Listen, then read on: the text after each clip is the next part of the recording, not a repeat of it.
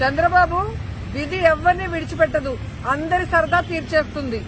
72 సంవత్సరాల వయసులో ఎన్టీఆర్ ని ఎంత ఏడిపించావో గుర్తుందా? 71 సంవత్సరం 7 నెలలకే నువ్వు ఏడ్చే పరిస్థితి వచ్చింది. అందుకే అంటారు మనం ఏం చేస్తే అది తిరిగి మనకు వస్తుందని. ఏదో నీ భార్యను అనేశారు, చాలా బాధపడిపోతున్నావే.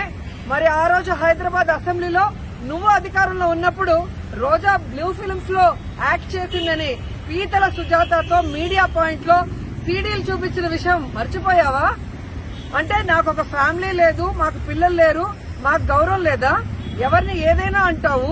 నీ అధికారంలో ఉన్నప్పుడు ఇదే విజయమ్మని ఎంత ఏడిపించావు, భారతమ్మ గురించి ఎన్ని మాట్లాడావు, శర్మలమ్మని ఏ విధంగా హ్యూమిలేట్ చేసావో ఎవరు మర్చిపోలేదు. కాబట్టి ఈ రోజు ఎవరో ఏదో అన్నారని దొంగ ఏడుపులు ఏడ్చే నిన్ను ఎవరు జాలితో కూడా చూడరని తెలుసుకో. ఎందుకంటే ప్రధాన మోడీతో సహా ఎవరిని వదిలిపెట్టకుండా అధికారంలో ఉన్నప్పుడు ఎన్ని మాట్లాడావు, నీ సోషల్ మీడియాతో ఎన్ని స్ప్రెడ్ చేసావు అనేది ప్రతి ఒక్కరూ గుర్తు పెట్టుకునే ఉన్నారు. కాబట్టి చంద్రబాబు నాయుడు ఈ రోజు నేను చాలా చాలా హ్యాపీగా ఉన్నాను.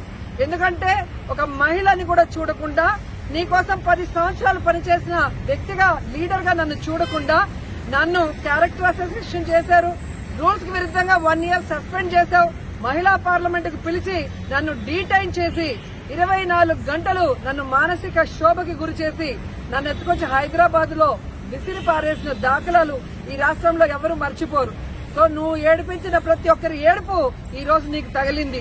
అందరి ఉసురు తగిలి ఈ రోజు నువ్వు ఇలా అయిపోయావు. నన్నైతే రూల్స్ కి విరుద్ధంగా 1 ఇయర్ చేయగలిగావు, కానీ దేవుడు నిన్ను 2.5 సంవత్సరం కాదు కదా, ఇక జీవితాల్లోనే అసెంబ్లీలో అడుగు పెట్టని విధంగా నీకు నువ్వే శపథం చేసుకున్నావు. బాయ్ బాయ్ బాబు, బాయ్ బాయ్.